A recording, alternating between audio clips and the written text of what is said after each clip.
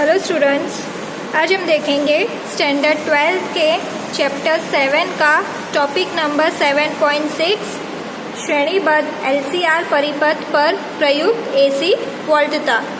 अभी तक हमने अलग अलग सर्किटों में LCR देखा था। पहले हमने देखा था प्रतिरोध के बारे में, फिर देखा था प्रेरक के बारे में, फिर देखा था संधारित्र के बारे में। इसमें तीनों के तीन परिपथ में कनेक्टेड है, तो इन तीनों के बारे में हम देखते हैं और धारा का सूत्र निकालते हैं। तो यहाँ पे मैंने चित्र बनाया है। इस परिपथ में LCR प्रेरक, प्रतिरोध और संधारित्र तीनों का प्रयोग किया गया है। ये है LCR।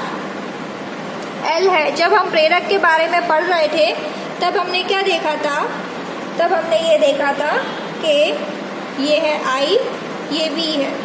तो जो धारा थी वोल्टता से π/2 पीछे चलती थी, तो इसको हम इस प्रकार यहाँ पे बताएंगे कि ये धारा वोल्टता से π/2 पीछे है। उसी प्रकार संधारित्र में हमने क्या देखा था कि धारा वोल्टता से π/2 आगे है। तो यहाँ पे इसको हम इस प्रकार बनाएंगे, ये नीचे की तरफ होगा, ऐसे होगा ये, ठीक है। ये VC हो गया, ये VL हो गया, तो ये क्या होगा? π/2 आगे होगा, ठीक है। और प्रतिरोध जब हमने पढ़ा था तो धारा और वोल्टता दोनों एक समान थे, दोनों मतलब कि साथ में थे, ठीक है। तो ये चीज़ हम पढ़ चुके हैं कि जब प्रेरक में पढ़ा था तो हमने देखा था धारा वोल्टता से π/2 पीछे थी, यहाँ पे मैं लिख देती हूँ पीछे थी। यहाँ पे संधारित्र में π/2 आगे थी और यहाँ पे समान थी। आपकी ही बुक में ये चित्र को इस प्रकार बनाया है, आपको जो भी इजी लगे आप बना सकते हो। अब यहाँ पे यहाँ पे LCR तीनों का उपयोग किया है, तो समीकरण क्या बनेगा? V = VL + VC + VR। ये जो V है वो इन तीनों के VL, VC, VR से बराबर होंगे। VL का क्या सूत्र बनेगा? L di/dt प्लस इसका होगा Q/C + IR, और V की जगह हम लिखेंगे VM sin ωt। तो ये चीज़ हम देख चुके हैं, हमने तीनों का योग कर दिया, तीनों के सूत्र हम देख चुके हैं और तीनों का हमने योग कर दिया। अब बात करेंगे फेज़र डायग्राम की, फेज़र आरेख की बात करेंगे। यहाँ पे मैंने फेज़र आरेख बनाया है। किस प्रकार बनाया है देखते हैं। यहाँ पे देखिए VL ऊपर की तरफ है, तो ये देखिए ग्राफ में VL आ गया ऊपर की तरफ, VC नीचे की तरफ है, VC नीचे की तरफ आ गया, और ये हो गया R मतलब कि VR। तो VL, VC, VR ये तीनों हो गया। अब यहाँ पे कोण बन रहा है फाई का, ठीक है।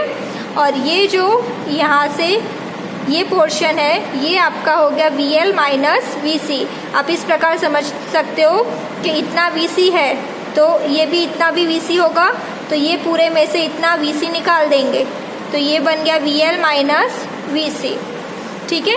अब हम सूत्र की बात करते हैं। तो ABC में यहाँ पे लिखेंगे त्रिभुज ABC में B है, उसका कोण है 90 डिग्री। B का कोण कितना है? 90 डिग्री है। तो यहाँ पे 90 है, तो सूत्र कौन सा लगेगा? AC² = AB² + BC²। तो यहाँ पे सूत्र लगेगा AC² = AB² + BC²। अब AC कितना है? V है, V का स्क्वायर = AB क्या है? VR का स्क्वायर प्लस BC इसके बराबर होगा, दोनों आमने सामने, VL - VC का स्क्वायर। ये स्क्वायर को इधर ले जाएंगे तो स्क्वायर रूट हो जाएगा। V = √VR² plus VL - VC का स्क्वायर।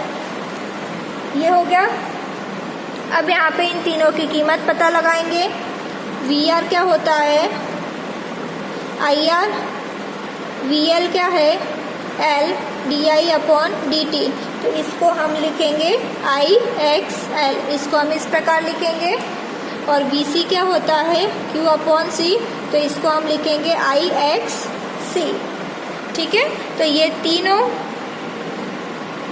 सूत्र इसमें रखेंगे हम, ये तीनों को हम यहाँ पे रखेंगे। तो क्या हो जाएगा, V is equal to square root, VR की जगह लिखेंगे हम, VR की जगह लिखेंगे I² R² प्लस VL की जगह लिखेंगे IXL माइनस IXC का स्क्वायर। ठीक है, अब इसमें से I कॉमन है तो बाहर ले लेते हैं, I² R² प्लस I², क्योंकि स्क्वायर है तो I पे भी लगेगा, I² XL माइनस XC का स्क्वायर। I² बाहर ले लेंगे और स्क्वायर रूट के बाहर आएगा तो सिर्फ I बचेगा, I R² plus XL minus XC का square.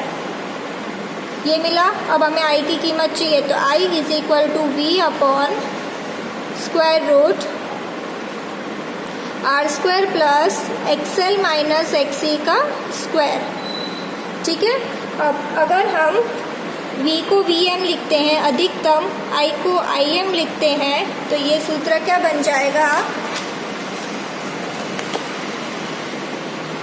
Im is equal to Vm upon √R² plus XL minus XC का स्क्वायर। ये बन गया सूत्र। अब ये किसका सूत्र है, Im is equal to Vm upon Z। यहाँ पे Z क्या है, प्रतिबाधा, ठीक है, जो कि एक तरह का प्रतिरोध होता है। तो ये Z हो गया, यहाँ पे हम लिखते हैं Z किसके बराबर है, R² plus XL minus XC का स्क्वायर। तो आपको पता होना चाहिए, अगर कोई समझ में पूछा हो कि Z ढूंढो, तो Z का सूत्र क्या बनता है, √R² plus XL minus XC का स्क्वायर। अब यहाँ पे हम ढूंढेंगे कोण, तो कोण कैसे ढूंढेंगे, यहाँ पे हम पहले चित्र बना लेते हैं। अगर ये फाई है, ये Z है, ये R है, XL माइनस XC है, तो tan फाई क्या होगा, XL minus XC upon R, XL minus XC upon R। तो हमें फाई चाहिए, तो फाई क्या होगा, tan inverse XL minus XC upon R। तो ये हमने कोण भी ढूंढ लिया। ठीक है, तो जब तीनों LCR एक ही परिपथ में होंगे, उस समय धारा का सूत्र है Vm अपॉन Z, जिसमें Z की कीमत है √R² plus XL minus XC का स्क्वायर, और कोण कितना होगा, tan inverse XL minus XC upon R। तो ये हो गया आपके पास LCR जब एक ही परिपथ में हो उस समय की बात। इसके बाद आता है विश्लेषणात्मक हल। तो ये आपका कैंसिल किया गया है, तो ये हम नहीं करेंगे। इसके आगे का टॉपिक हम नेक्स्ट वीडियो में कवर करेंगे।